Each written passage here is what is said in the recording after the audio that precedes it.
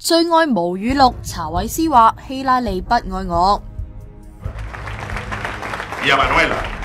查韋斯係當代左翼革命嘅代表人物，擁護社會主義，最大敵人係美國，曾經形容美國前總統喬治布殊係魔鬼。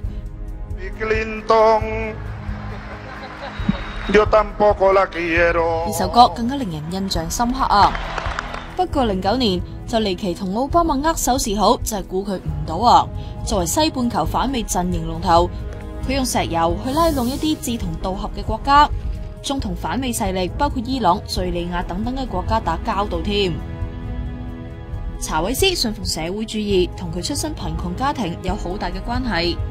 17歲讀軍校，做傘兵嗰陣奉命打毛派游擊隊，佢反而同情班敵人。孫子兵法同毛澤東嘅論游擊戰係佢最早接觸嘅中國書籍。講話嘅時候仲成日引用毛語錄添。除咗毛主席，耶穌就係佢另外一個偶像。佢話耶穌係第一個社會主義者。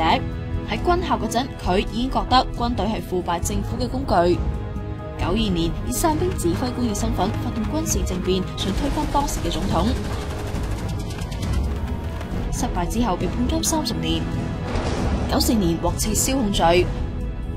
98年踏足政治舞台，擊敗一個前環球小姐當選總統。雖然深受貧窮人愛戴，但作風漸漸走向獨裁。國有化政策令愛之卻步，通脹高企，治安越嚟越差。謀殺數字更係世界前列添，難怪有人公然 Twitter 慶祝佢嘅離世。